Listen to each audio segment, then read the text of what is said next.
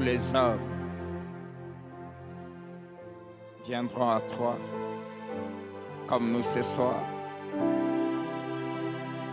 Tu es le Dieu qui, quand tu te manifestes, même tes ennemis te flattent. Et ce soir, je réclame l'accomplissement de cette parole que tu m'as donnée en me disant,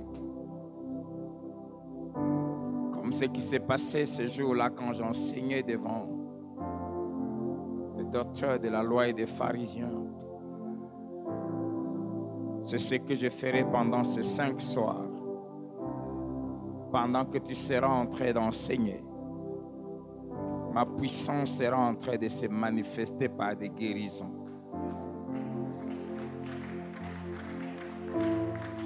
Je te remercie parce que tu n'es pas un homme pour mentir. Ce que tu dis, tu le fais. Merci de l'avoir fait lundi. Merci de l'avoir fait hier. Et merci de ce que tu vas le faire ce soir. Et maintenant, tu le fais déjà. Merci car tu le feras demain.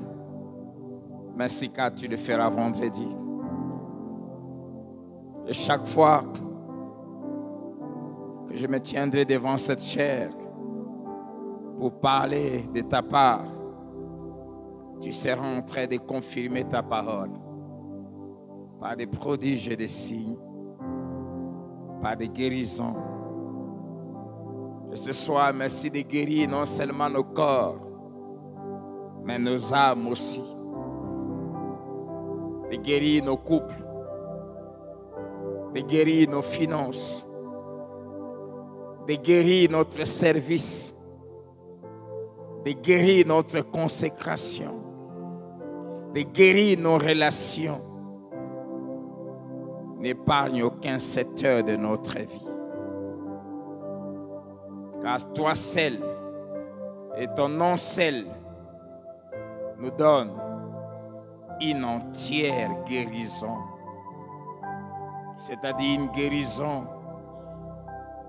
qui apporte le repos et la paix de tous côtés, de toutes les dimensions, de tous les domaines de nos vies.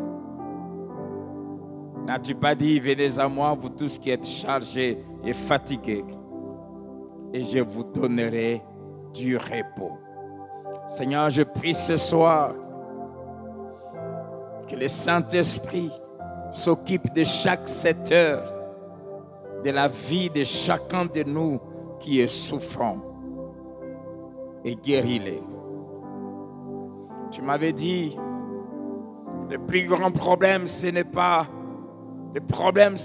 moi, mais c'est parce que vous ne faites pas ce que vous devez faire pour que j'agisse. Et tu m'as ordonné, enseigne à mes enfants ce qu'ils doivent faire. Seigneur, ouvre nos oreilles spirituelles et dispose nos cœurs à écouter, à croire et à pratiquer. N'as-tu pas dit, n'est-il pas écrit, tu envoyas ta parole et ta parole nous guérit. Ce travail, c'est à toi, Saint-Esprit, mon Dieu, mon Seigneur, de le faire. Merci de le faire. Pour la gloire du nom de Jésus, que tu glorifies à l'Église. Au nom de Jésus. Amen.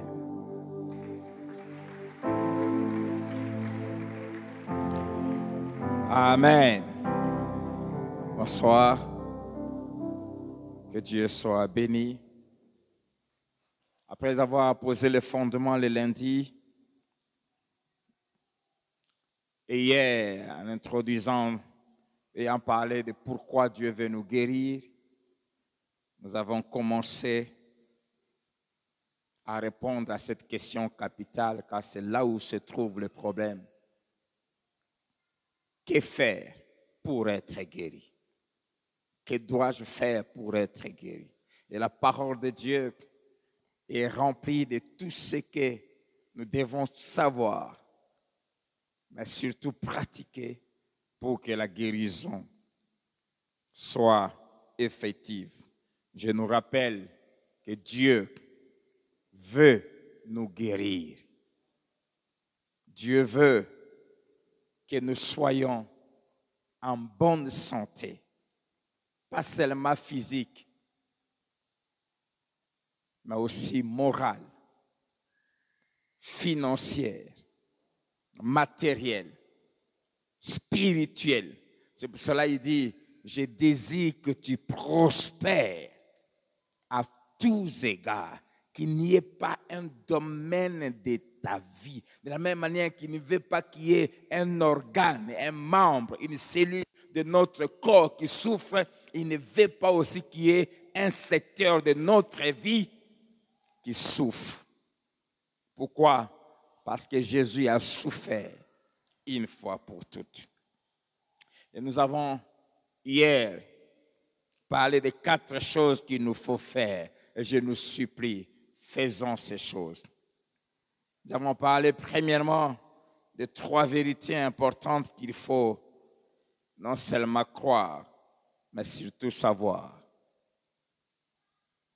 Deuxièmement, nous avons parlé des 4 conditions selon Exode 15, 26, où il y a le thème de notre séminaire qu'il faut remplir pour être guéri. Troisièmement, nous avons dit qu'il faut démontrer et prouver à Satan que tu aimes Dieu sincèrement et sans intérêt. Et nous avons terminé hier en parlant de la 4e chose qu'il faut faire. Si on veut être guéri, savoir que c'est seulement notre foi qui nous guérit. C'est-à-dire, le problème n'est pas Dieu. Le problème n'est pas les pasteurs. Le problème, c'est toi-même. Le problème, c'est moi-même. Et si tu crois, tu as été guéri hier. Si tu crois, tu seras guéri. La 5e chose qu'il faut savoir et qu'il faut faire si on veut être guéri. Et Dieu me disait, parle clairement et prends du temps sur ça. C'est la pratique quotidienne des bonnes œuvres. La pratique quotidienne des bonnes œuvres. Et pour ce point, tu vivras des guérisons, des interventions et des secours de Dieu sans que tu les demandes. Sans que tu pries pour ça. Dieu interviendra non seulement quand tu seras malade pour te guérir, sans que tu le demandes, mais il interviendra aussi pour empêcher que la maladie vienne. Si tu apprends à pratiquer les bonnes œuvres, spécialement 2 choses, à s'occuper des autres qui sont dans les besoins et à s'occuper de l'œuvre de Dieu. Psaume 41. Et celui qui nous parle dans ces psaumes, c'est un homme de Dieu qui a eu à être malade et qui a expérimenté ce qu'il y déclare.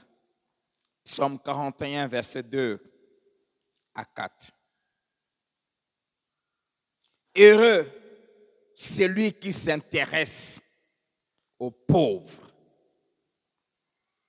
Heureux celui qui s'intéresse aux pauvres, qui pense aux pauvres, qui se préoccupe aux pauvres, des pauvres, qui pense à résoudre le problème des pauvres. Heureux. Qu'est-ce qui lui arrive? 1. Au jour du malheur, l'Éternel fait quoi? Les délivre. 2. L'Éternel les garde et lui conserve la vie. Il n'y aura aucun malheur qui va t'ôter la vie. 3. il est erré sur la terre. 4, et ça j'aime. Et tu ne le livres pas au bon plaisir de ses ennemis. Et la maladie fait partie de ses ennemis. Dieu ne te livrera pas au bon plaisir de ceux qui veulent te détruire. 4. L'Éternel le soutient sur son lit de douleur. Tu le soulages, et ça j'aime, dans toutes ses maladies. Tu le soulages, tu le guéris dans toutes, sans exception, ses maladies. Pourquoi? Simplement parce qu'il s'intéresse aux pauvres. Et Proverbe dit, c'est lui qui pense aux pauvres, qui donne aux pauvres, prête à l'Éternel, qui le lui rendra au temps favorable, qui lui rendra, parce que Dieu va certainement lui rendre. Et pourquoi? Parce que Dieu se présente comme étant les défenseurs de ceux qui sont faibles, pauvres, de ceux qui n'ont personne pour les aider, pour les assister. Et Dieu dit, je suis les défenseurs. La Bible dit même, n'entre pas dans le champ du pauvre, dans le champ de la veuve, dans le champ d'un orphelin. N'ose pas. Si tu le fais, la Bible ajoute, car son défenseur est puissant et il combattra quiconque aura touché à ce qui lui appartient et il lui ôtera la vie.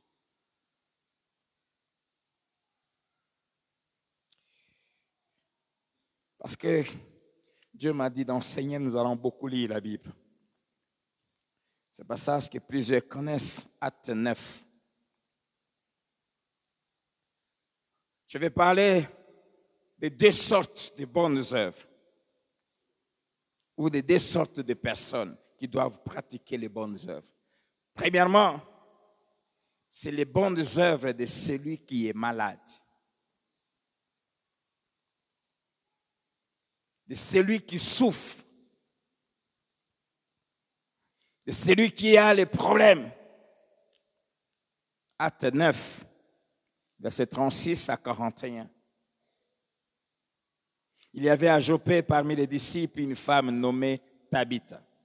Elle était disciple de Jésus. Ce qui signifie Dorcas. Elle faisait beaucoup. Dis à ton voisin, beaucoup. Elle faisait beaucoup de bonnes œuvres et d'aumônes. Elle tomba malade. En ces temps-là, elle mourut. Après l'avoir lavée, on la déposa dans une chambre haute. Comme Lyde près de Joppé, les disciples, ayant appris que Pierre s'y trouvait, envoyèrent 2 hommes vers lui pour lui prier de venir chez eux sans tarder. Pierre s'éleva et partit avec ces hommes. Lorsqu'il fut arrivé, on le conduisit dans la chambre haute. Toutes les veuves, celles qui bénéficiaient des œuvres de Tabitha, toutes les veuves l'entourèrent en pleurant et lui montrèrent les tuniques et les vêtements que faisait Dorcas pendant qu'elle était avec elle. Pierre fit sortir tout le monde, se mit à genoux et pria. Puis, se tournant vers le corps, il dit, « Tabitha, lève-toi. » Elle ouvrit les yeux et ayant vu Pierre, elle s'assit. Il lui donna la main et la fit lever. Il appela ensuite les saints et les veuves et la leur présenta vivante. Cela fit connaître de tout Joppé et beaucoup crurent au Seigneur. Amen. Elle faisait beaucoup de bonnes œuvres. Principalement, elle investissait tout ce qu'elle avait comme bien à s'occuper des veuves, des personnes vulnérables, faibles, qui n'ont pas quelqu'un pour les aider. Elle était disciple, consacrée à Dieu. Et puis elle est tombée malade. Et même elle est morte. Remarquez, c'est à cause de ces bonnes œuvres que les bénéficiaires ont refusé qu'elle parte. Non seulement qu'elles ont envoyé qu'on appelle Pierre, mais quand Pierre est arrivé, ces veuves ont escorté Pierre jusque là où on avait mis le corps de Tabitha. Et elles ont fait une chose. Les commentateurs disent, si elle ne ressuscite pas, tu ne sors pas. Toi et ton Dieu, vous devez remettre cette femme en vie.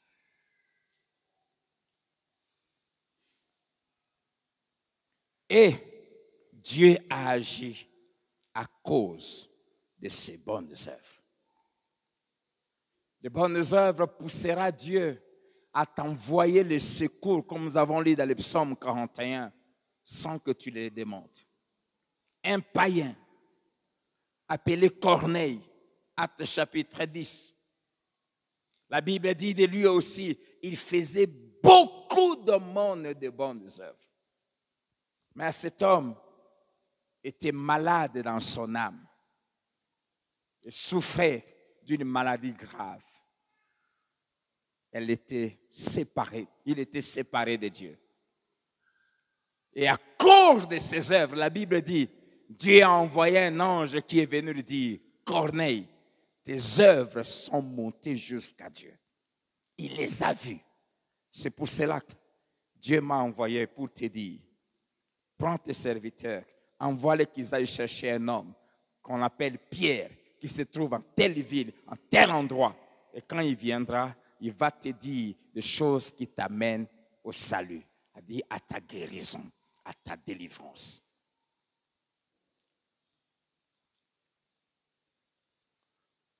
Une femme, fille d'Israël, n'avait pas d'enfant après plusieurs années de mariage. Elle souffrait de la stérilité. Mais elle avait ce qui ordonne, ce qui pousse Dieu, ce qui force Dieu de guérir quiconque fait ça. Un homme de Dieu qui passait par là, par sa ville. Cette femme voyait cet homme de Dieu qui passait tous les jours. Un autre jour, quand cet homme passait, elle dit à son mari, cet homme, c'est un vrai serviteur de Dieu. Ce n'est pas normal qu'on le laisse passer comme ça tout le temps. Qu'on l'accueille chez nous. Élisée était un homme très sérieux, il a même refusé. Cette femme a insisté. Elle est arrivée jusqu'à construire une chambre pour cet homme, pour que chaque fois quand il passe dans sa tournée missionnaire, qu'il s'arrête chez elle et dorme, mange. Elle a orné cette pièce. Ça se faisait tellement plusieurs fois qu'un jour, poussé par le Saint-Esprit, l'homme de Dieu a dit à son collaborateur, appelle-moi cette femme. Géasi l'a appelé. Et l'homme de Dieu lui dit, voici, tu nous as montré tout cet empressement, tous ces biens que tu nous fais. Et Jésus a dit, celui qui vous accueille m'accueille. Et celui qui m'accueille accueille celui qui m'a envoyé. Il dit, qu'est-ce qu'on doit faire pour toi? J'aime ce que la Bible dit dans Job. Dieu ne reste jamais avec la dette d'un humain. Dieu que je sers ne reste jamais avec la dette d'un homme. Et la Bible dit, celui qui s'occupe des pauvres prête à l'Éternel. Et si tu prêtes Dieu, Dieu paye toujours ses dettes. Toujours. Il ne te laissera jamais quitter cette terre sans qu'il te rembourse ce que tu lui avais donné. Jamais. Et comment il nous rembourse? C'est quand le malheur arrive. C'est quand la maladie arrive. C'est quand les problèmes arrivent. C'est là.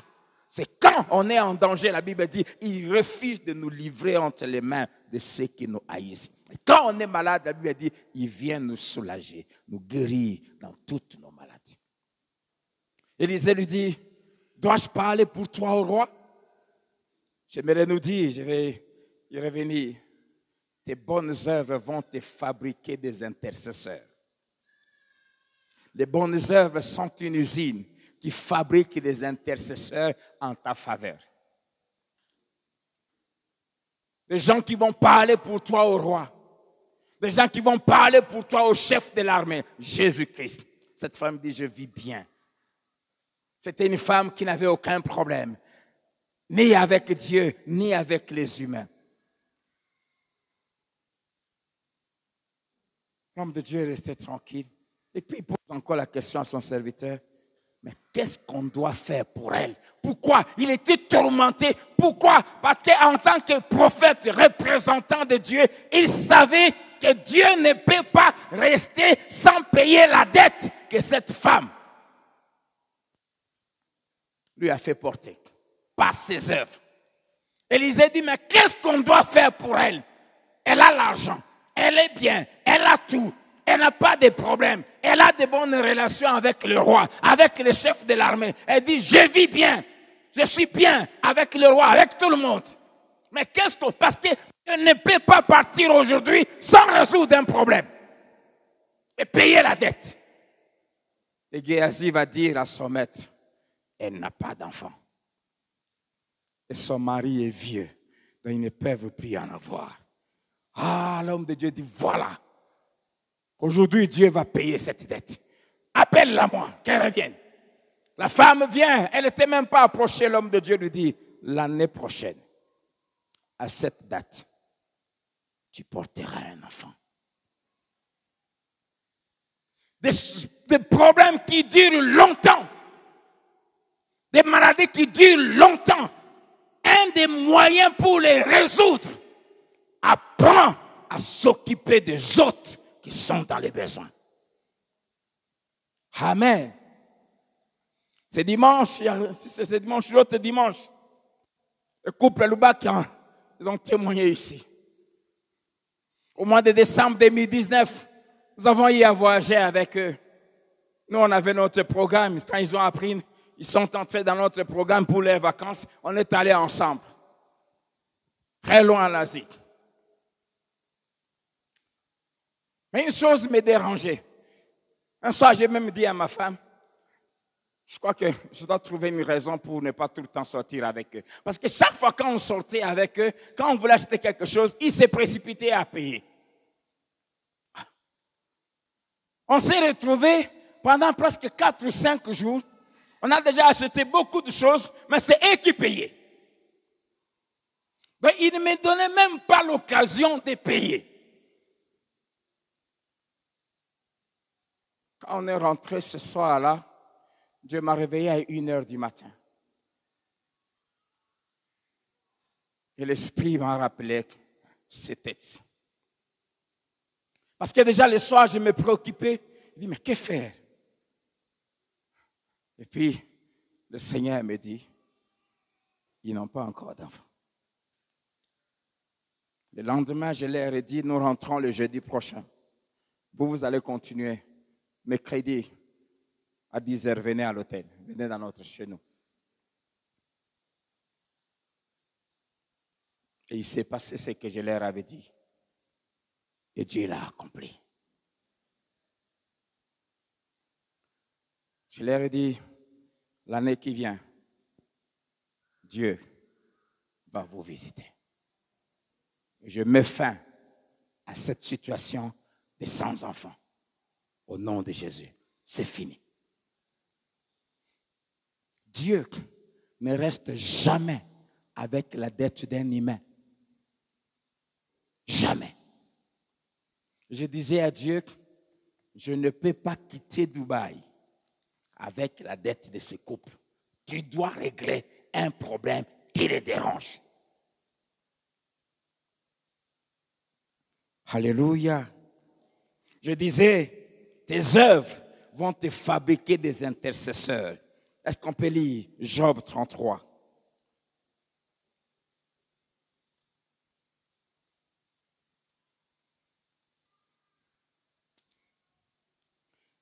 Job 33,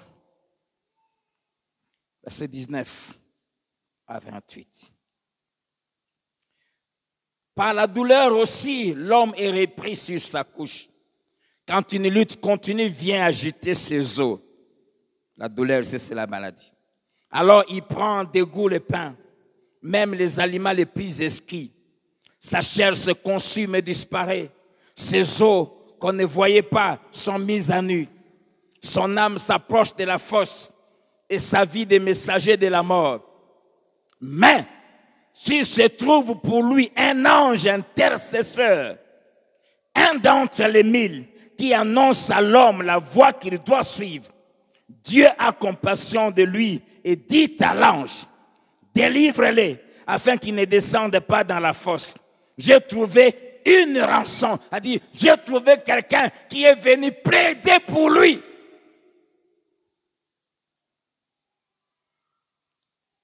Et sa chair a plus de fraîcheur qu'au premier âge. Il y revient au jour de sa jeunesse. Il adresse à Dieu sa prière et Dieu lui est propice. Lui laisse voir sa face avec joie et lui rend son innocence. Il chante devant les hommes et dit, j'ai péché, j'ai violé la justice, et je n'ai pas été puni comme je l'ai mérité. Dieu a délivré mon âme pour qu'elle n'entre pas dans la fosse et ma vie s'épanouit à la lumière. Mais s'il se trouve un ange intercesseur, à cause de cette intercession-là, Dieu va les sauver. Alléluia. Luc chapitre 2.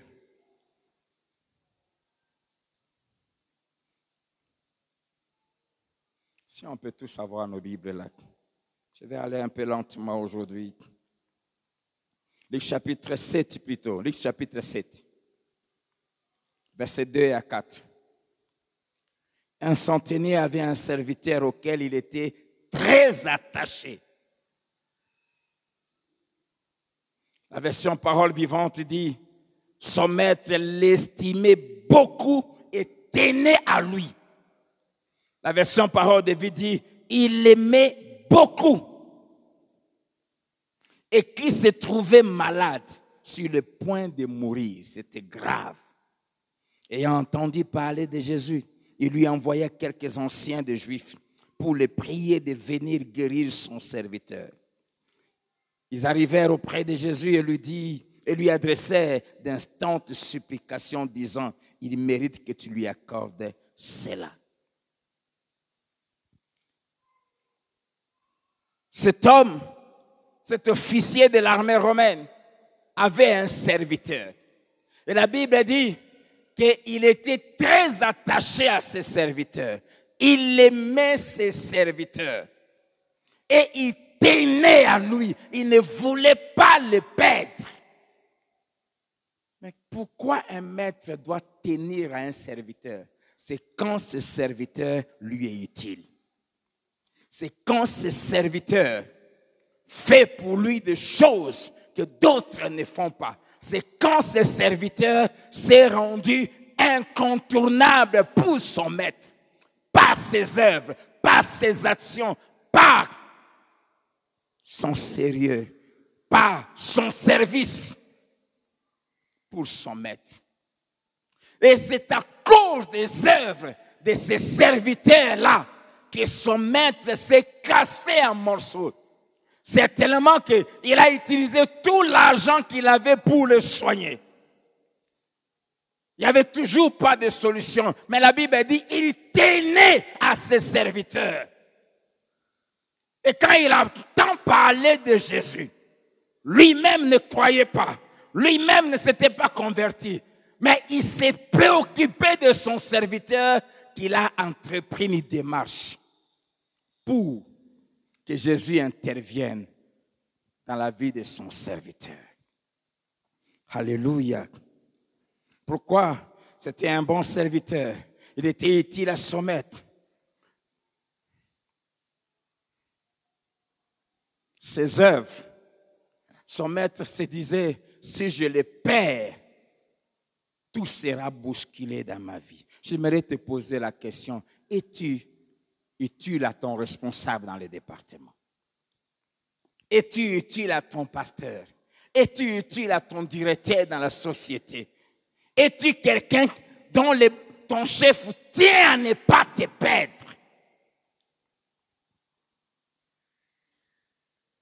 Au point que, et tu utiles à ton pasteur, au point que quand il entend qu'un problème t'arrive, il va sacrifier des nuits entières. Il va gêner pour que Dieu ne te prenne pas. La manière d'un homme de Dieu de prier pour une brebis dépend de l'apport de cette brebis dans l'œuvre de Dieu. Les œuvres nous fabriquent des intercesseurs.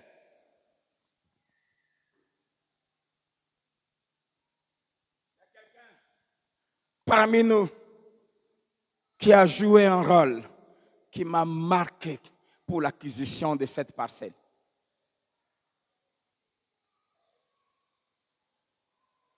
Pour qu'on puisse acquérir cette parcelle,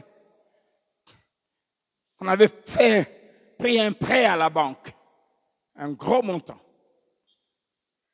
350 000 $. Et il fallait hypothéquer des choses de valeur. Nous avons hypothéqué notre maison qui est à Kinshasa. Et puis on a envoyé des gens pour évaluer selon leur évaluation. Mais ça manquait encore. Il fallait ajouter une autre maison. Je ne savais que faire. Ce qui m'a touché, c'est que cet homme m'appelle lui-même. Pasteur, je sais qu'il fallait demander un prêt, mais s'il y a un problème pour hypothéquer quoi que ce soit, je suis prêt à hypothéquer ma maison. Je n'en croyais pas mes oreilles. De lui-même. Je lui ai dit, est-ce que tu connais le risque que tu encours? Il dit, oui, je connais les risques.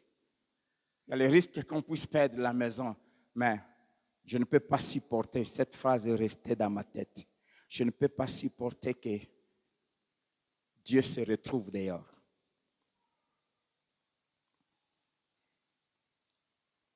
Il dit, je vais parler à mes enfants, et tous, et ma femme, nous sommes d'accord. Je lui ai dit, nous sommes à la banque, amène-moi le certificat. Il s'est retrouvé un jour que cet homme, parmi nous ici, est tombé sérieusement malade. Très, très sérieusement malade. Cette nuit-là, je suis rentré. Je refusais de manger. Je me suis mis dans mon salon. De minuit à 5 heures du matin. Je disais à Dieu, débrouille-toi. Mais je refuse la mort de cet homme. De la même manière, il avait refusé que toi, tu te retrouves dehors. Moi aussi, je refuse que cet homme meure. Débrouille-toi. Le matin, je suis venu ici, j'ai trouvé ces deux filles en train de prier ici, en train de pleurer. Je leur dis, votre père ne mourra pas. Il est en train de me suivre, il est ici, il est vivant. Et il ne mourra pas aujourd'hui. Que fais-tu qu'on peut présenter à Dieu en ton nom, en criant devant Dieu en ta faveur? Quelle est la qualité de ta consécration pour que ça me pousse en disant, Père, cette sœur, tous les jours, il y a une sœur ici qui est au protocole. Chaque dimanche, on dort ici. Elle arrive ici à 6 heures. Je sais là où elle habite. Je ne sais pas comment elle fait. Un jour, avec ma femme, on parlait d'elle au milieu de la nuit. J'ai dit à Dieu, accorde sa consécration. Fais ça, fais ça, fais ça. Et je suis en train d'observer ces choses dans sa vie. Que fais-tu? Il y a des gens qui ne font rien pour Dieu. À telle enseigne que même quand tu apprends qu'un problème lui arrive, il n'y a aucun fardeau dans ton cœur en tant que berger. Son maître s'est cassé en morceaux pour trouver des solutions parce qu'il tenait à lui. Que fais-tu? Deuxième sorte de bonnes œuvres, c'est les œuvres de celui qui prie pour les malades. J'ai parlé des œuvres du malade lui-même. Et maintenant, je vais parler des œuvres de celui qui veut devenir la solution de Dieu pour les autres qui sont malades. Toujours le passage de Luc chapitre 7, versets 3 à 6. Dieu a agi parce que ce chef militaire romain est allé voir les sacrificateurs comme lui n'avait pas accès à Jésus. Il est allé voir des sacrificateurs. Il leur a demandé d'aller parler pour lui en faveur de son serviteur à Jésus. Au verset 6, quand ces hommes de Dieu sont arrivés devant Jésus, ils ont dit ceci à Jésus. Il mérite que tu lui accordes ce qu'il demande. Et il donne la raison. Il dit parce que c'est lui qui a bâti notre synagogue. C'est-à-dire, c'est le lieu où nous offrons à ton Père et à toi l'adoration. C'est lui qui nous a construit ça. Dès que Jésus a entendu ça, il s'est mis en route. Cet homme était un païen. Cet homme ne croyait pas en Dieu. Mais, à cause de son œuvre en faveur de la maison de Dieu, c'est ce que ces hommes de Dieu ont présenté à Jésus, dit, c'est lui qui a fait ça. Si tu veux que Dieu t'utilise pour guérir les autres, si tu veux que Dieu réponde à tes prières, il faut que tu aies des choses que tu présentes à Dieu pour que Dieu exauce ta prière.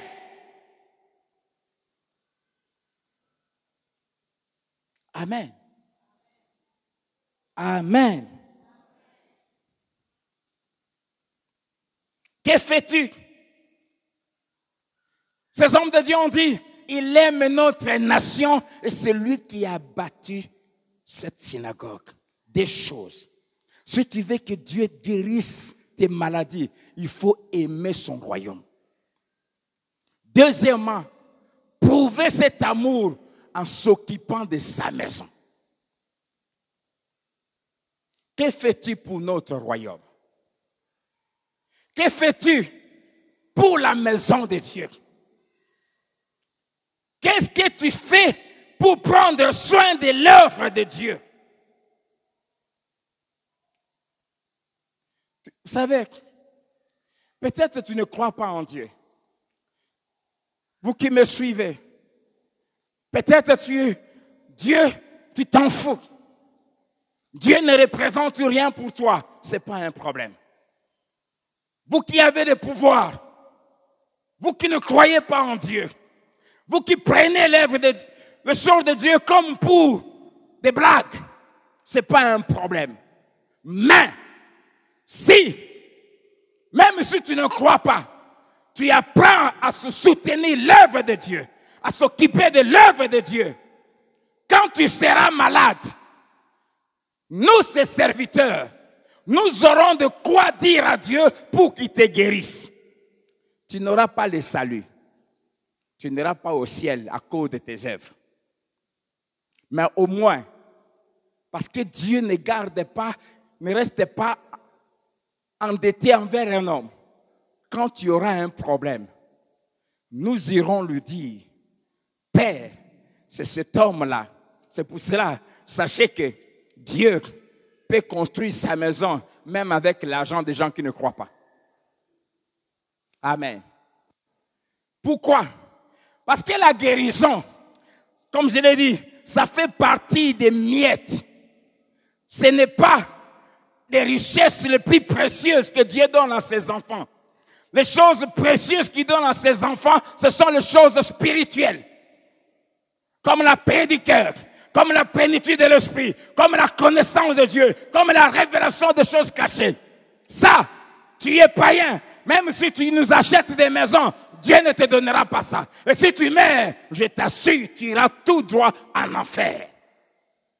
Mais si au moins tu prends soin de la maison de Dieu, quand tu auras un problème, nous aurons de quoi dire à Dieu pour qu'il te guérisse. Il guérira ton corps, mais pas ton âme. Amen. Lisons Esdras chapitre 6.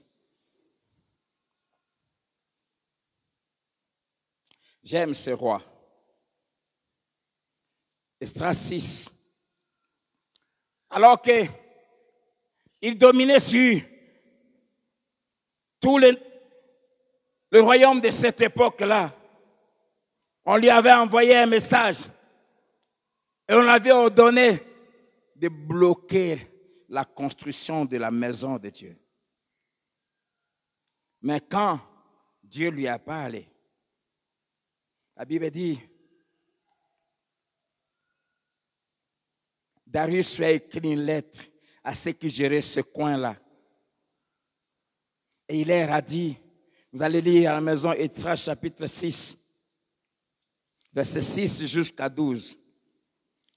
Je vais quand même lire ça. Il dit, maintenant, Tatnaï, gouverneur de l'autre côté du fleuve, Shethar-Boznaï et vos collègues de Farzak qui demeuraient de l'autre côté du fleuve, tenez-vous loin de ces lieux. Laissez continuer les travaux de cette maison de Dieu. Que les gouverneurs des Juifs et les anciens des Juifs la rebâtissent sur l'emplacement qu'elle occupait.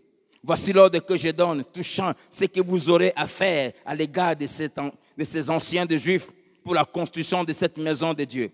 Les frais pris sur les biens du roi provenant des tribus de l'autre côté du fleuve seront exactement payés à ces hommes, afin qu'il n'y ait pas d'interruption.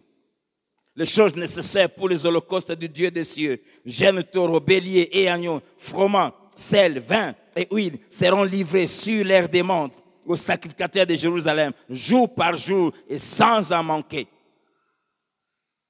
afin qu'ils offrent des sacrifices de bonnes odeurs au Dieu des cieux et qu'il y prie pour la vie du roi et de ses fils. Amen. Amen. Cet homme n'avait pas cru en Dieu. Mais il dit, il a ordonné au gouverneur qui gérait le royaume de Juda en disant, ne bloquez plus la construction de cette maison. Financez tout.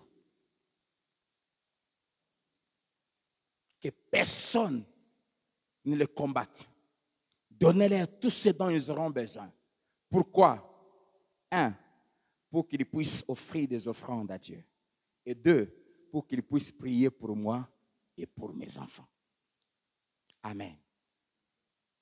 Il a même dit dans la suite, quiconque n'observera pas cet ordre sera tué.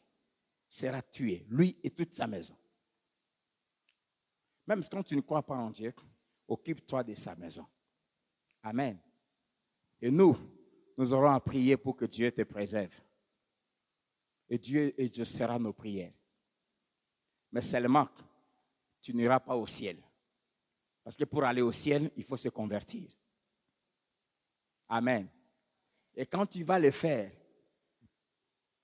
ne nous amène pas de caméras ici pour filmer, pour aller crier. Parce que si tu le fais, tu te donneras toi-même ta récompense et nous ne prierons plus pour toi. Amen. Les bonnes œuvres sont à la base de la guérison, de la délivrance. Vous savez pourquoi? Ah, ça m'a fait du bien. Alors que j'ai prié, le Saint-Esprit me dit, est-ce que tu sais pourquoi j'étais parti prier pour la belle-mère de Pierre? Joël, ça m'a fait du bien. Et le Seigneur m'a dit, Pierre était un pion stratégique, tellement important pour moi et pour la destinée de l'Église que je ne voulais pas entendre qu'il a un problème chez lui. C'est pour cela, dès que j'ai appris que sa belle-mère était malade, je suis allé vite chez lui. pour guérir sa belle-mère de telle sorte qu'il soit totalement dégagé, physiquement, moralement, tout ça pour se consacrer à moi. Ah, quand j'ai entendu ça, j'ai vibré dans mon bureau. J'ai dit à Dieu, je vais devenir un pion stratégique. Un pion stratégique pour toi. Je veux devenir tellement important pour toi que tu ne permettras pas d'entendre que ma femme est malade, que mes enfants sont malades, qu'il y a un problème chez moi, qui puisse me déconcentrer pour que je m'occupe de toi. Prends soin de Dieu. Prends soin de sa maison. Prends soin de ses intérêts. Et Dieu ne permettra plus qu'il y ait un problème chez toi. Il ne voudra pas attendre que ta femme est malade parce que tu vas aller à l'hôpital et tu ne seras plus s'occuper de son œuvre. Dès qu'il y aura un problème, il viendra vite. Comme nous avons lu dans le psaume 41, il ne te livrera pas à la merci de tes ennemis. Alléluia. Que Dieu, j'aimerais obéir à cet ordre. Si tu sais que tu as joué un rôle dans la construction de ces lieux et que tu as un problème de santé, principalement, et même d'autres problèmes qui te dérangent, lève-toi. Je vais prier pour toi maintenant. Si tu sais que tu prends soin de l'œuvre de Dieu, que tu prends soin de la maison de Dieu, si tu sais que tu investis de ton temps, de tes avoirs, pour prendre soin de Dieu, de sa maison, de ses serviteurs, lève-toi. Je ne connais pas ce que tu fais. Je te donne ma bouche. Dis à Dieu ce que tu fais. Et moi, je vais simplement dire à Dieu, à cause de ça, guéris-les. Je te donne 1 minute pour que tu présentes à Dieu ce que tu as eu à faire pour lui dans cette maison. Parle à lui. Présente-lui. C'est moi qui devais le faire. Mais comme je ne sais pas où vous écoutez, vous tous, je te prête ma bouche. Fais-le.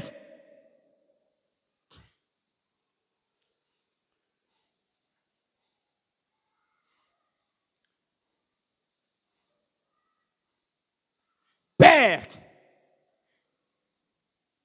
au nom de Jésus, ton fils, ta fille mérite que tu lui accordes cette guérison, que tu lui accordes la solution à ce problème qui le dérange, que tu t'investisses dans sa maison pour résoudre ces problèmes, que tu t'investisses dans son couple, dans ses affaires, dans son commerce, dans son travail, pour résoudre ces problèmes. Parce que c'est lui qui t'a bâti cette maison, ce temple. Parce que c'est lui qui t'a fait la chose dont tu t'es parlé de ma part. Merci, car tu te mets en route maintenant vers lui et sa maison, comme tu l'as fait pour les centeniers, pour résoudre ces problèmes. Et je te remercie de l'avoir fait. Reçois la gloire et reçois l'honneur au nom de Jésus. Amen. Amen. Alléluia. Que Dieu soit béni. La 6e chose qu'il faut faire pour être guéri, il faut, je t'en supplie, que tu sois revêtu de la puissance du Saint-Esprit. Il faut que tu sois revêtu de la puissance du Saint-Esprit. Pourquoi? Parce que c'est cette puissance-là, quand elle te remplit, c'est elle qui va faire, qui va agir pour te guérir, mais aussi c'est elle qui va se servir de toi pour guérir les autres. Alléluia. Marc chapitre 5, verset 30 Après que cette femme de perte de sang l'ait touchée, la Bible dit Jésus connut aussitôt en lui-même qu'une force était sortie de lui et se retourna dit qui m'a touché. Jésus était revêtu de la puissance d'en haut. Il était rempli de la force de Dieu. Et c'est cette force qui sortait et qui guérissait. Si tu es revêtu et rempli de la puissance du Saint-Esprit, cette force te guérira d'abord toi-même et elle sortira de toi pour guérir les autres. Alléluia. Pourquoi Jésus guérissait? Un, c'est parce qu'il était revêtu de la puissance d'en haut. Luc 4, verset 14. Deux, parce qu'il était oint, c'est-à-dire équipé par la puissance du Saint-Esprit pour guérir. Il a dit, l'Esprit du Seigneur est sur moi. Il m'a oint pour guérir. Trois, parce que le Saint-Esprit était descendu sur lui et l'avait habité. Comme dans Matthieu 3, 13 à 17, le jour de son baptême, il avait dit, l'Esprit descendait sur lui sous forme d'une colombe. L'Esprit descend sur nous quand nous acceptons Jésus.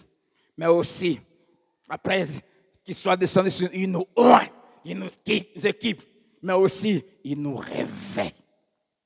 Et 4, parce qu'il était soumis au Saint-Esprit. Il ne faisait que ce que l'Esprit lui disait. Dans Luc 4, verset 1 à 2, la Bible dit, Jésus rempli du Saint-Esprit, revint du Jourdain et il fut conduit par l'Esprit dans le désert. Il fut conduit. Et la Bible ajoute, marchait selon l'Esprit. Et 5, Jésus était rempli de la vie de l'Esprit. Luc 4:1, il était rempli. Conséquence, Luc chapitre 6, le verset 19, la Bible dit, toute la foule cherchait à le toucher. Pourquoi? Parce qu'une force sortait de lui et les guérissait tous. Une force, la puissance de l'Esprit qui habitait, sortait de lui et les guérissait tous. Marc 3, verset 11. Les esprits impurs, quand ils le voyaient, se prosternaient devant lui et s'écriaient, tu es le Fils de Dieu. Il était revêtu d'une autorité qui faisait que tous les démons se mettaient à genoux eux-mêmes. Troisième conséquence, rien ne lui résistait. C'est pourquoi je nous en supplie. Il nous faut apprendre à se retirer souvent pour aller faire le plein du Saint-Esprit. Dieu m'avait dit, chaque soir, quand il sera en train d'enseigner, ma puissance sera en train de se manifester par des guérisons. Cette puissance sort par la parole que je libère. Et après, tous ceux qui prêchent l'évangile, ceux qui servent Dieu, savent, vivent. Après avoir prêché, tu te sens vidé.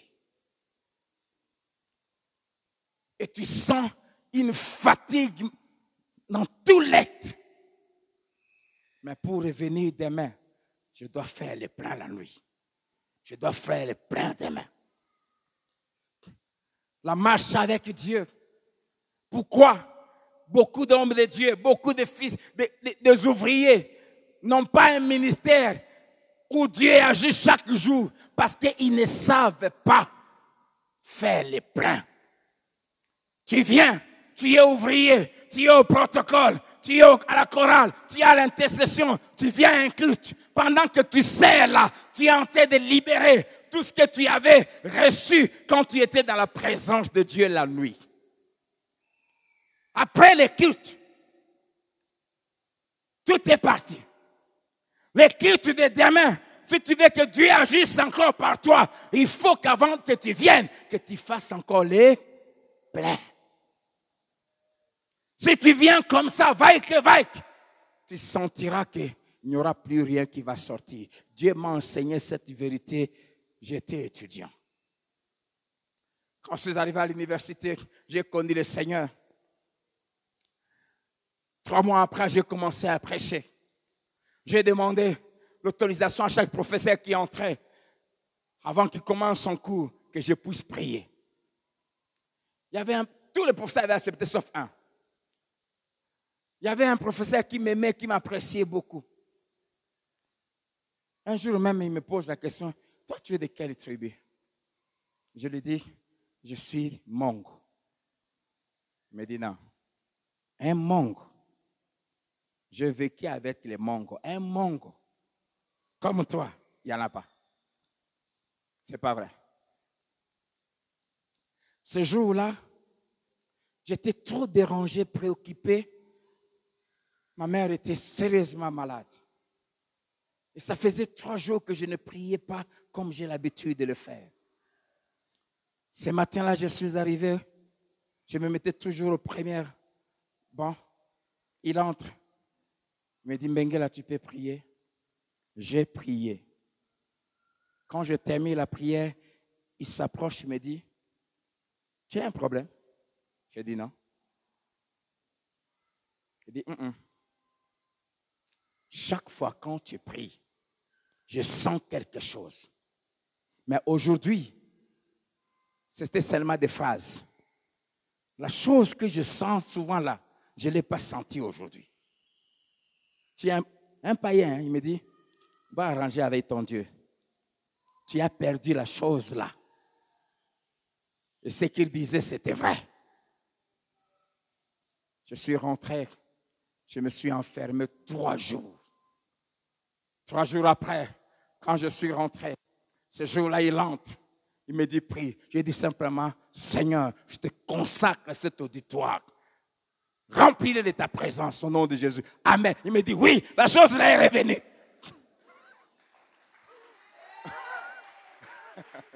Il me dit, oui, la chose là est revenue. Je ne sais pas expliquer, mais la chose là, aujourd'hui, tu n'as dit qu'une phrase, mais la chose là est là. Alléluia. Cherche la chose là. Ne perds pas la chose là. Et Jésus, veillez à ne pas perdre la chose là. Luc chapitre 6, le verset 12 et le verset 17 à 19. Luc 6, verset 12. En ce temps-là, Jésus se rendit sur la montagne pour prier. Et il passa toute la nuit à prier Dieu. La Bible dit, verset 13, quand le jour parut, il descendit. Il choisit les 12 disciples. Verset 17.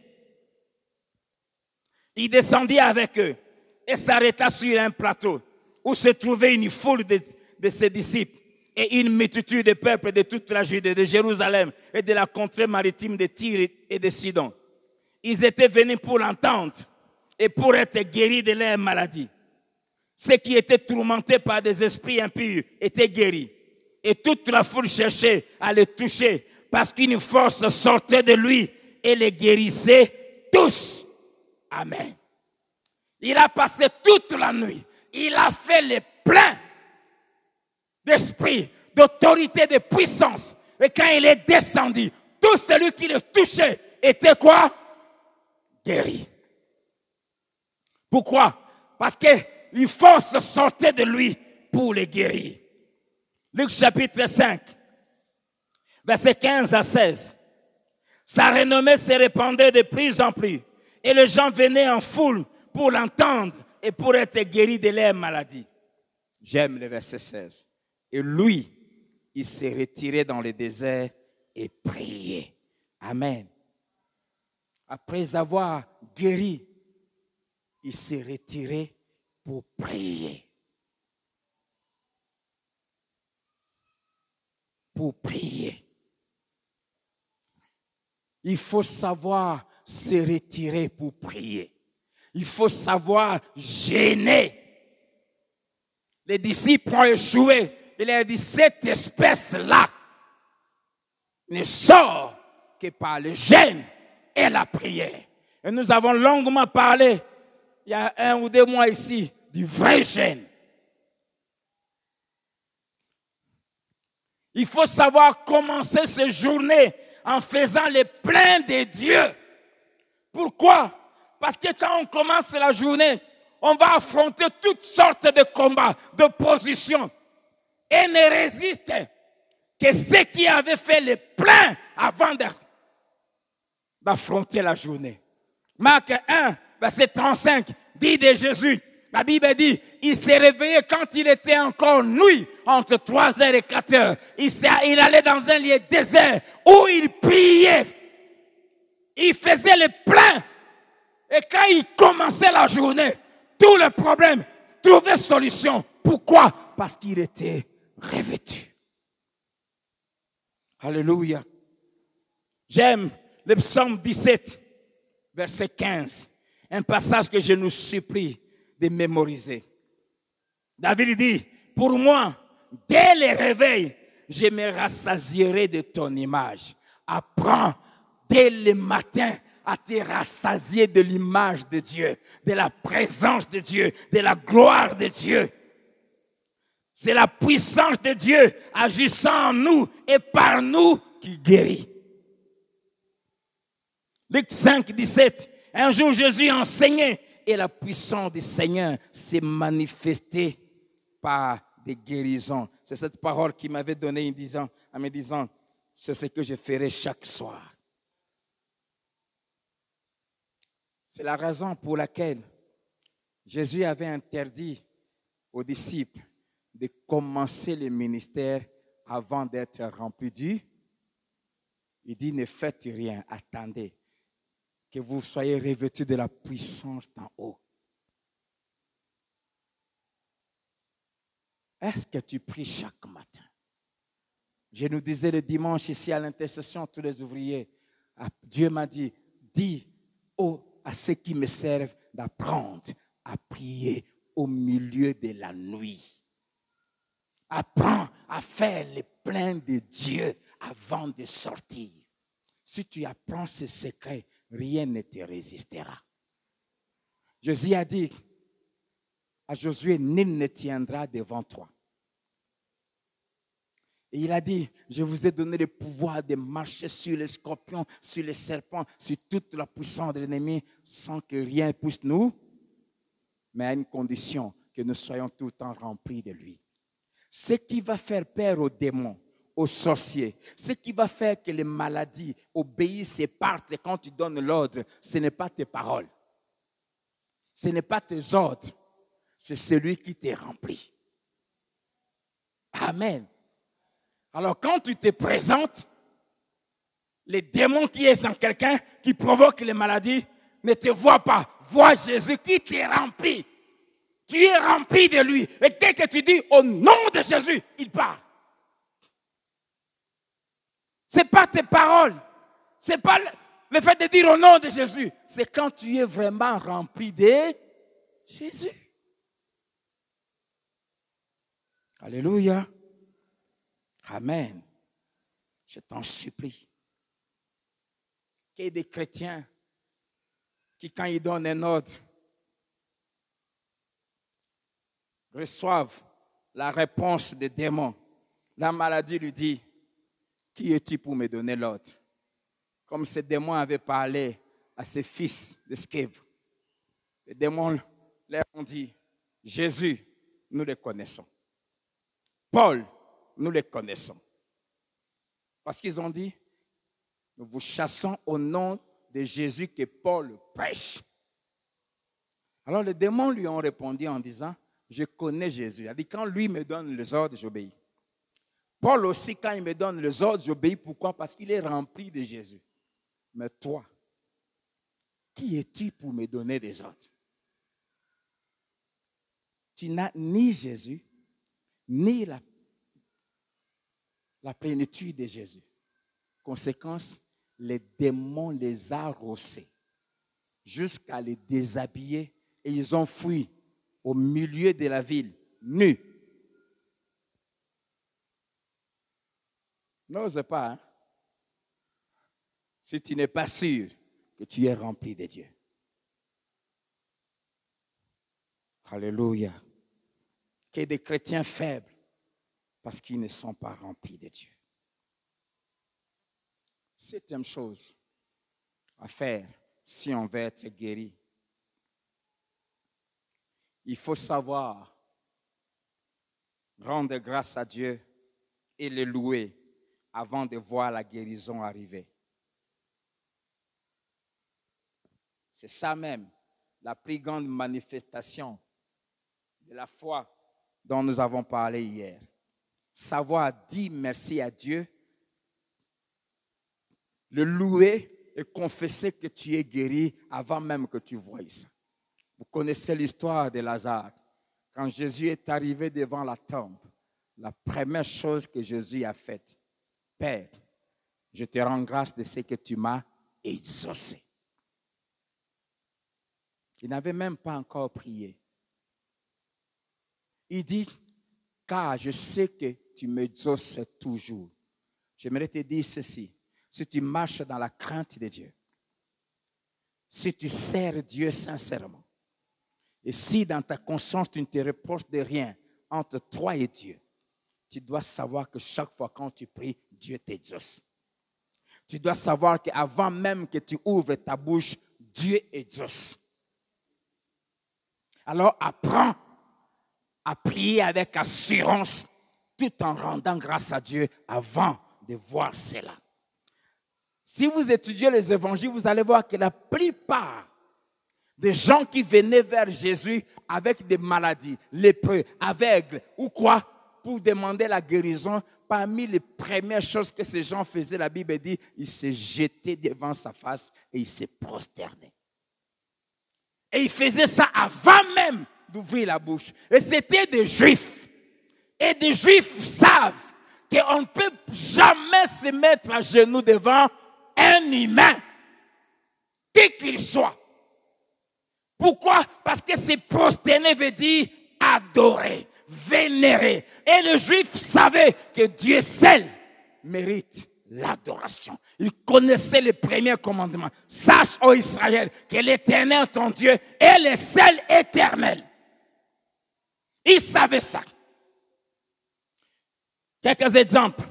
Matthieu chapitre 8, verset 2 à 3. C'est lépreux est venu vers Jésus, la Bible dit, se prosterna et lui dit en suppliant, si tu le veux, tu peux me rendre pur. Donc il a adoré avant de soumettre son problème. Matthieu 15, verset 22 à 28. J'aime cette femme païenne, syrophénicienne, dont la fille était possédée par un démon, et a entendu parler de Jésus. Elle est venue, comme il y avait une grande foule, elle ne savait pas approcher. Elle criait, Jésus, délivre ma fille qui est possédée par un esprit. Silence de Jésus. Jésus ne réagissait pas, au point que les disciples ont commencé à lui dire, laisse-nous tranquille, laisse. Elle a continué à crier jusqu'à ce qu'elle va se retrouver devant Jésus. Et Jésus va lui parler durement. Premièrement, il lui dit, on ne donne pas la nourriture des enfants aux petits chiens. Quelle parole!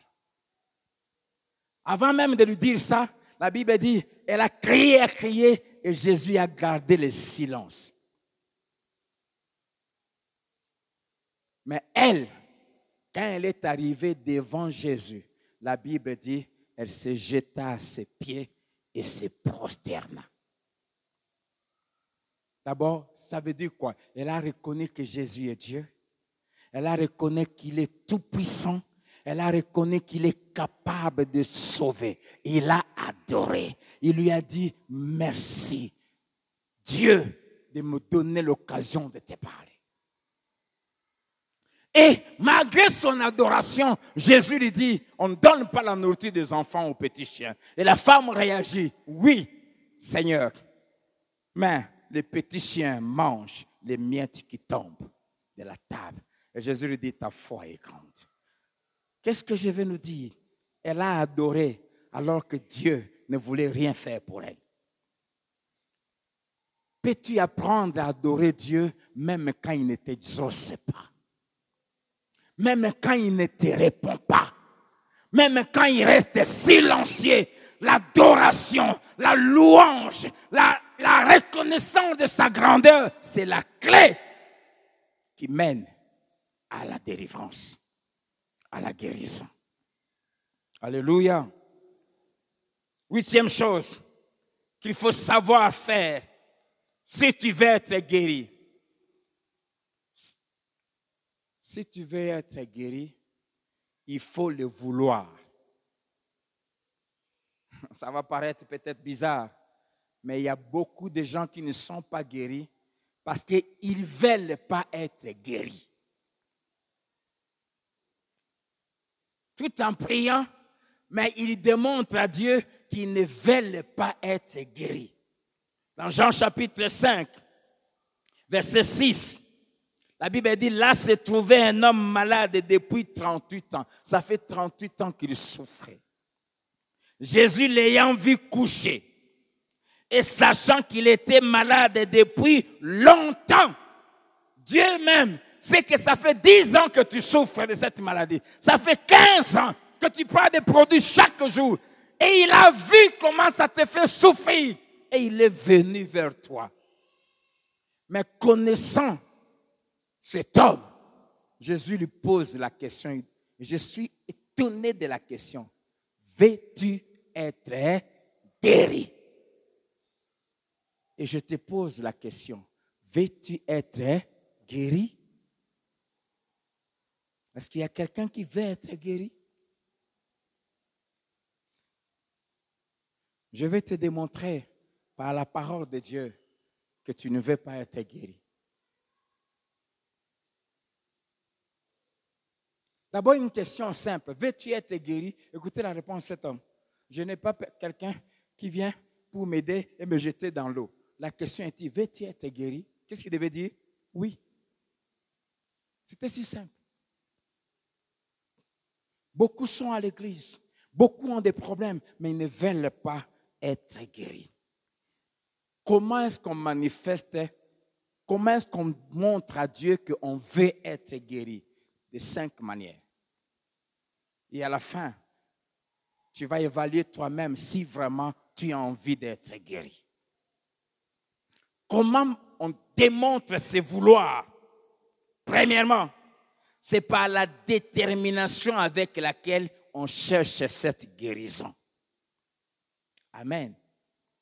Je nous ai parlé hier de la femme de la perte de sang depuis 12 ans qui a bravé les interdictions pour venir vers Jésus. Elle était déterminée. La Bible nous parle de Bartimée qui a fait fi des intimidations et qui a crié très fort jusqu'à ce que ces cris ont arrêté Jésus. Le pasteur Zaché nous en avait parlé un dimanche ici puissamment. Je viens de nous parler de la femme cananéenne qui, malgré les obstacles, les disciples qui l'empêchaient, le silence de Jésus, la réponse dure du Seigneur, mais elle était déterminée à ne pas lâcher. La détermination. Beaucoup disent qu'ils veulent être guéris, mais ils ne sont pas déterminés dans leur manière de chercher cette guérison. Deuxième chose qui prouve que tu veux la guérison, c'est la confession des péchés cachés devant soit un homme de Dieu ou soit devant l'Église.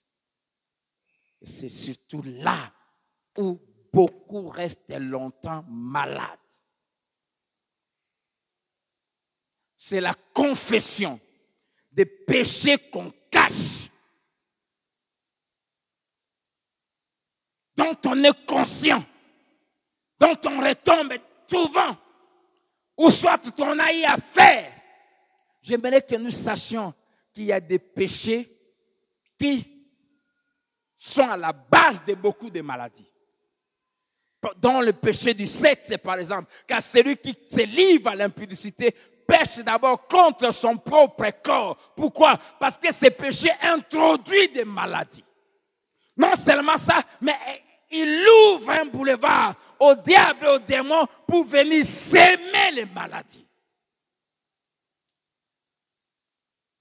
Et ça fait partie des péchés dont il ne suffit pas de demander pardon à Dieu.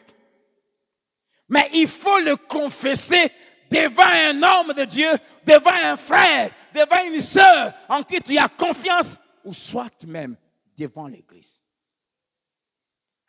Écoutez ce que la Bible dit. Un passage que beaucoup évoquent, mais ils prennent simplement la dernière partie. Et même quand ils évoquent ça, ça n'agit pas parce que le préalable, ils évitent ça. Jacques 5, verset 16. Confessez donc vos péchés les uns aux autres. Est-ce que ça dit qu'il faut le confesser devant Dieu? Les uns aux autres.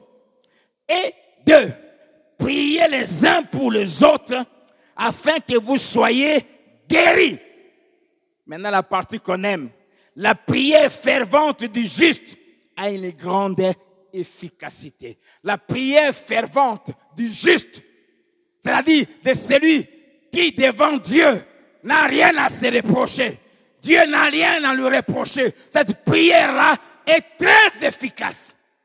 Mais pour qu'on soit guéri, la Bible dit, 1, confessez vos péchés les uns les autres. 2, il ne faut jamais inverser. Priez les uns les autres. Après la confession, tu vois ton frère, tu vois ton pasteur, tu vois ton responsable en disant, j'ai couché avec quelqu'un. J'ai fait ce qui est mal. Quand tu confesses ça, après maintenant, vous vous tenez la main, vous priez, la guérison vient.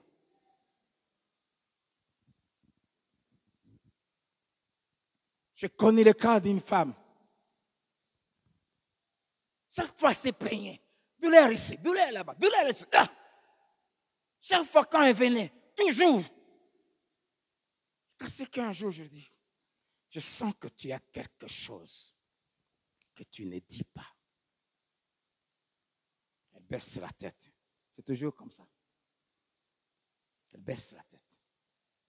Pasteur, il y a autant d'années, j'ai eu à tromper mon mari. Et je suis toujours consciente que ce que je vis a commencé là, parce que c'est la semaine qui a suivi que ces problèmes ont commencé. Après avoir dit ça, je n'avais même pas prié. J'ai seulement dit que Dieu te pardonne. Et je te déclare délivré. C'était fini. Confessez les péchés les uns aux autres et priez les uns pour les autres afin que vous soyez guéris. Je te pose la question. Est-ce que tu as déjà eu à ouvrir ta bouche, à dire à quelqu'un d'autre qui n'est pas toi les choses mauvaises que tu as eu à faire? On se cache souvent au nom. Peut-être il va en parler. Peut-être ceci. S'il en parle, c'est son problème. Mais si tu ne le fais pas, tu prieras. On priera pour toi. Tu ne seras pas guéri. Parce qu'il y a une condition. Confessez, pas seulement devant Dieu, les uns les autres. Et puis après, priez les uns pour les autres. Conséquence, vous serez guéris. Que des gens qui ont fait des choses bizarres, qui font des mauvaises choses et qui sont conscients que ce dont ils souffrent, ça remonte de telles choses.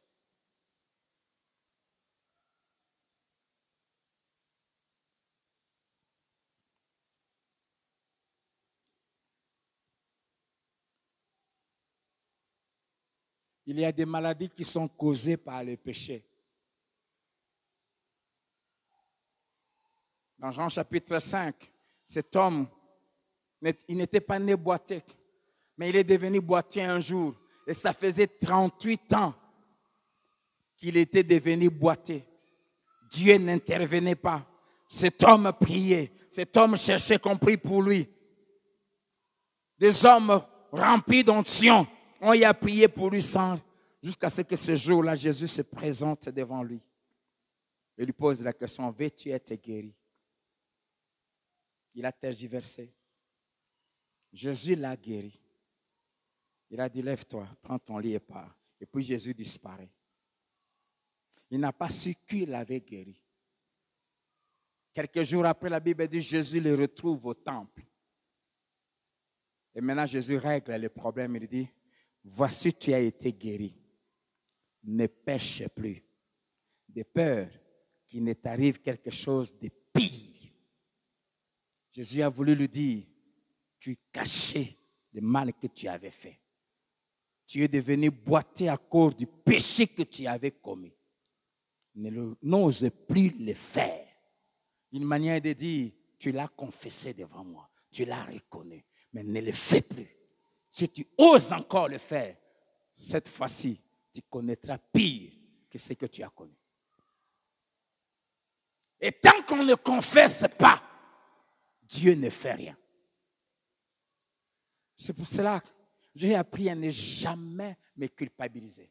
Je connais ma consécration, ma crainte de Dieu, mon sérieux. Je sais comment je cherchais Dieu, comment je me suis préparé pour cette semaine et comment je sers Dieu.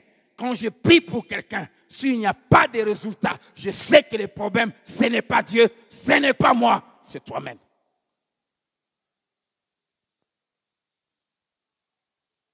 Veux-tu être guéri? Je te pose cette question ce soir. Veux-tu être guéri? Si tu le veux vraiment, confesse. Confesse. Confesse.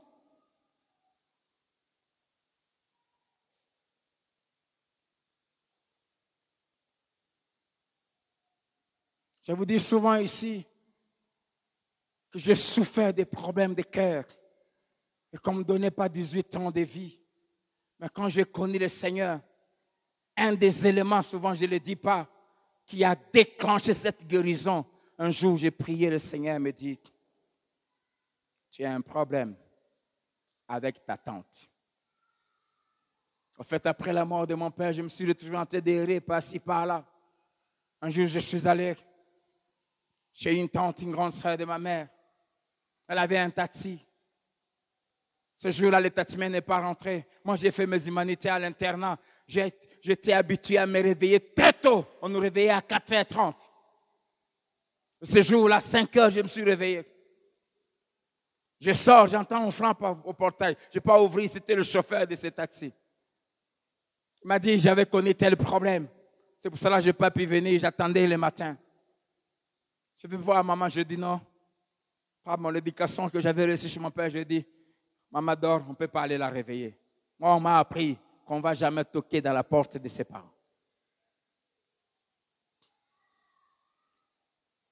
Quand les deux sont à l'intérieur.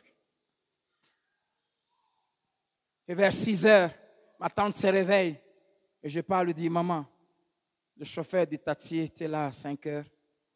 Et je lui ai dit qu'on ne pouvait pas venir te déranger. Elle s'est fâchée. Moi, je t'avais déjà dit de ne pas me déranger. Je n'ai pas dormi à cause de ma voiture. Il dit, sors de chez moi. Elle m'a chassé comme un chien.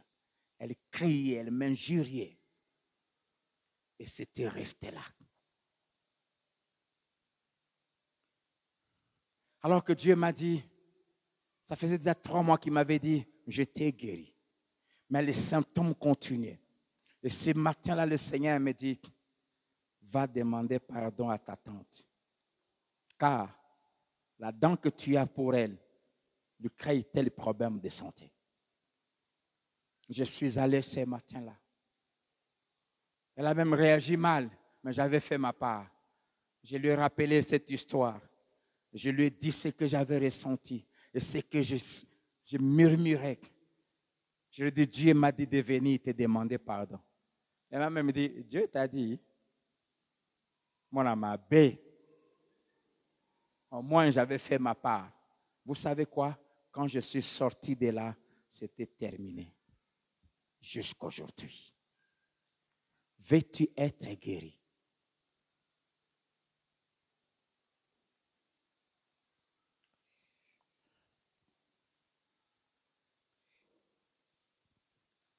Troisième chose qui prouve à Dieu que tu tiens à être guéri, c'est l'humilité qui consiste à aller voir les anciens, c'est-à-dire les responsables, pour chercher la prière.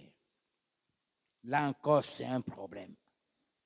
J'ai vu à l'église des gens qui sont très fermés, qui sont là à l'église 2 ans, 3 ans, 4 ans, mais qui ne s'est jamais présenté devant son pasteur. Des gens qui ne veulent même pas qu'on les connaisse. Des gens qui vivent. Moi, je viens, je prie, je sors. J'aime pas ces choses-là. Oh, qu'on me connaisse. Il y a des guérisons que Dieu n'opère que si tu apprends à aller voir ton responsable. Ce n'est pas moi qui le dis. Jacques, toujours chapitre 5, versets 14 à 15. Quelqu'un parmi vous est-il malade? Qu'il appelle les anciens de l'église et que les anciens prient pour lui en loignant d'huile au nom du Seigneur. La prière de la foi sauvera les malades et le Seigneur les relèvera. Et s'il a commis des péchés, il lui sera pardonné. Quelqu'un parmi nous ici est-il malade? Écoutez la solution que Dieu donne. Il dit, tu es malade. Il dit, va voir les anciens de ton église. Anciens a dit, tes pasteurs. Va les voir. Et qu'il y prie pour toi. Cette prière-là, quand un membre conscient qu'il est malade, qu'il a un problème, vient voir son responsable. Dieu l'exauce toujours parce que c'est un signe que tu reconnais que Dieu travaille par lui. Et que tu lui prends comme un père. Va le voir. La Bible dit, il priera pour toi en te oignant d'huile. Cette prière-là, 1, te guérira. 2, te relèvera. 3, fera que Dieu pardonne tous les péchés que tu as commis. Amen. Des Chroniques 20, le verset 20, la Bible dit, confiez-vous à l'Éternel, votre Dieu, et vous serez affermis. Vous serez des chrétiens solides, stables. Et elle ajoute, confiez-vous à ses serviteurs et vous réussirez.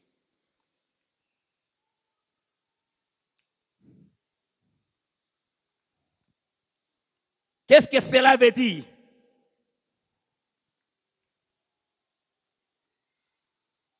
Cela veut dire, premièrement, pour toi qui es malade, il faut être membre d'une église. Il y a des gens qui n'ont pas d'église. Il dit, va voir les anciens. Cela veut dire que tu es dans cette église. Deuxièmement, cela veut dire que tu es impliqué dans la vie de l'église.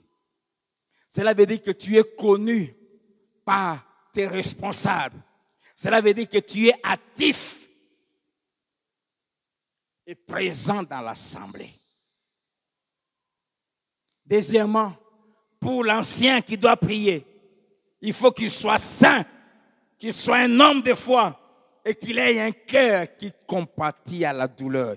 Vous allez remarquer que chaque fois quand Jésus devait prier pour quelqu'un, il y a toujours cette phrase qui précède. Jésus, étant ému de compassion, le toucha.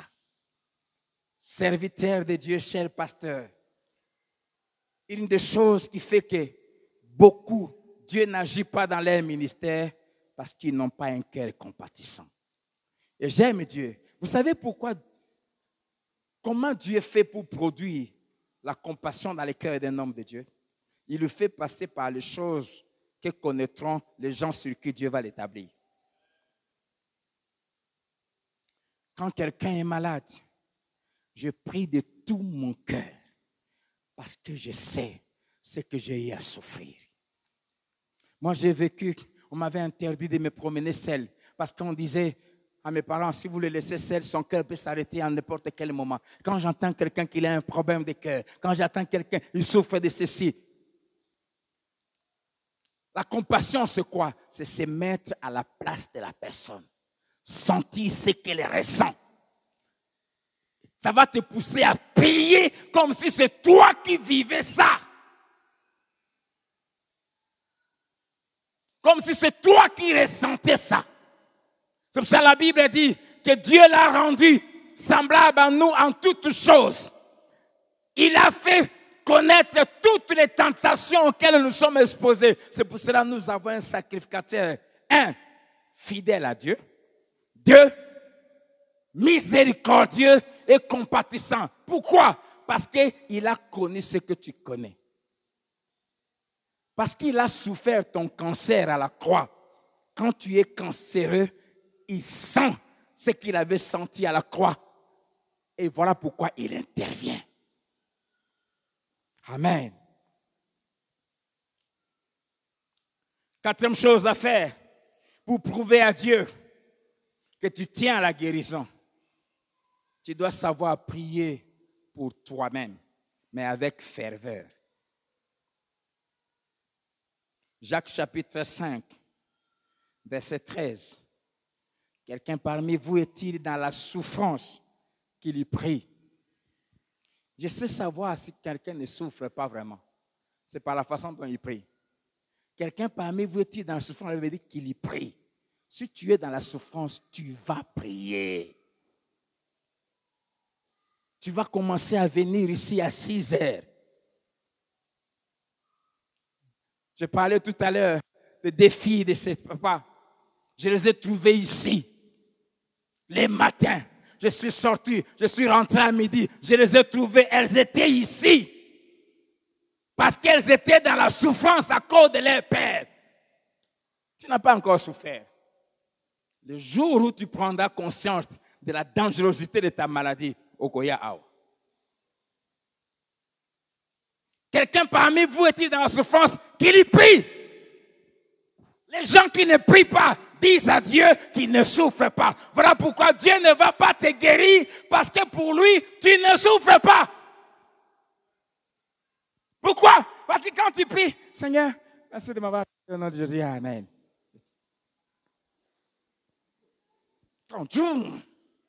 Et quand tu reviens, Seigneur, merci. Et quand Dieu te regarde, il dit, il ne souffre pas. Conséquence, pas de guérison. Et tu vas voir, quelqu'un souffre, il fait comme ce roi, il court, médicament, médicament. Tu ne pries pas. Quelqu'un qui souffre, la Bible dit qu'il prie. Jésus lui-même était dans l'agonie à Gethsémane. La Bible dit dans Hébreux 5, 7, lui qui dans le jour de sa chair, ayant présenté avec des grands cris et avec larmes, de prières et de supplications à celui qui pouvait le sauver de la mort et ayant été exaucé. Jésus, quand il tremblait à cause de la croix, il était dans la souffrance, dans l'agonie. La Bible dit, il a adressé des prières avec des grands cris et avec larmes. Je ne t'ai pas encore vu crier. Le jour où tu sauras, tu prendras conscience de la souffrance, tu crieras. Ta manière d'adorer Dieu, de prier ici, tu ne tiendras pas compte des voisins. Des gens qui sont là sérieux, qui tapent les mains comme ça. Tu ne souffres pas encore.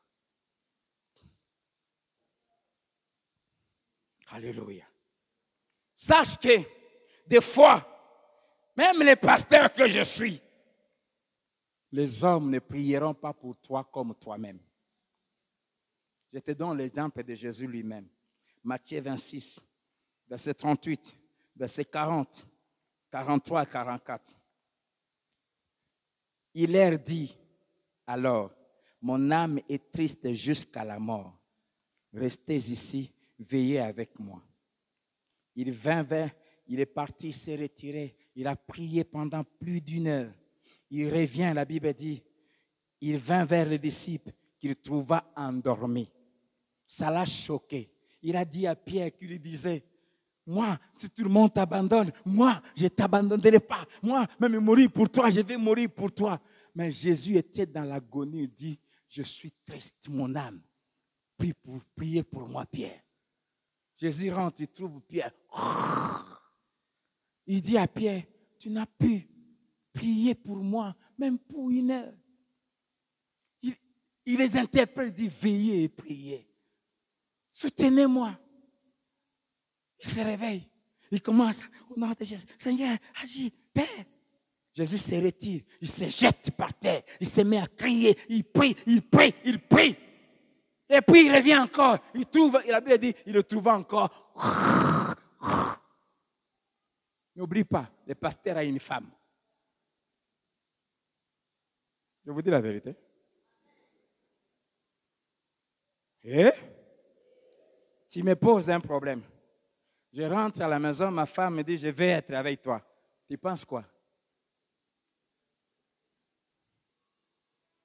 Je vous dis la vérité. Je vais prier pour toi.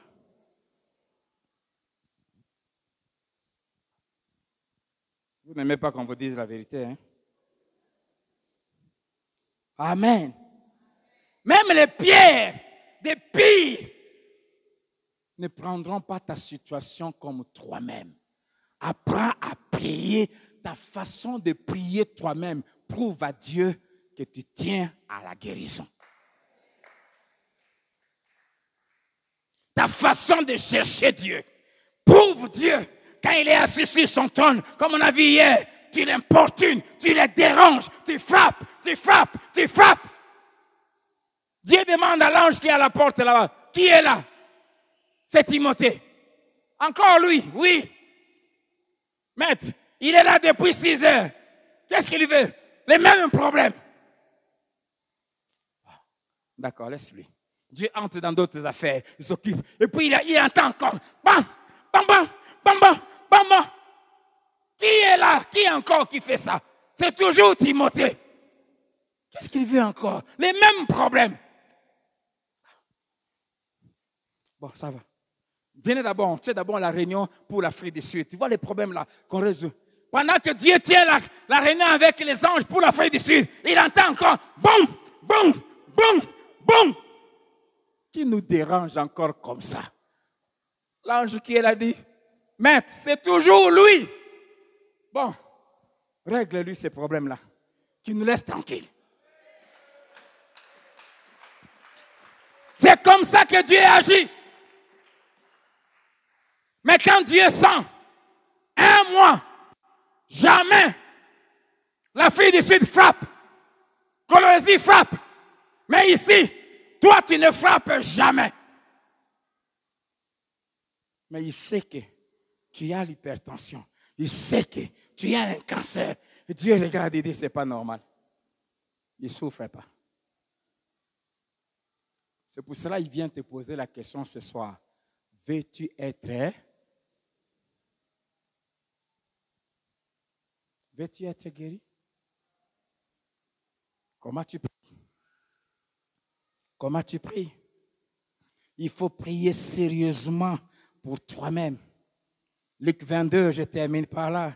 Verset 44 dit de Jésus, étant en agonie, il priait plus instamment et sa sueur devint comme des grumeaux de sang. La version parole vivante m'a beaucoup fait du bien. L'angoisse les saisit. Il commença à lutter avec la mort. Sa prière se fit de plus en plus pressante. Il jeta dans ce combat toutes les forces de son être. Sa sueur coulait jusque par terre, pareil à des gouttes de sang. Il était dans l'agonie. La Bible dit, sa prière devenait de plus en plus pressante. Plus la douleur augmente, plus ta prière doit devenir pressante. Et la Bible dit, il a jeté toutes ses forces dans ce combat contre la mort, au point qu'il transpirait de tous côtés. Ça sortait des narines, ça sortait des yeux, ça sortait de partout, ça sortait de la bouche. Il bavait, il criait à son père. Jusqu'à ce qui l'entourait. Regardez la sueur qui tombait, qui coulait. Et ça s'est transformé en sang. Comment tu pries? Comment tu pries? Et Dieu m'a dit ce soir, tu ne prieras pour personne. Comment tu pries? Veux-tu être guéri? Veux-tu voir la main de Dieu dans ta vie? Comment tu cherches Dieu? Comment tu gênes? Comment tu sers Dieu? Comment? Second 21, il dit, saisi d'angoisse, Jésus priait avec plus d'insistance et sa sueur devint comme des caillots de sang qui tombaient à terre.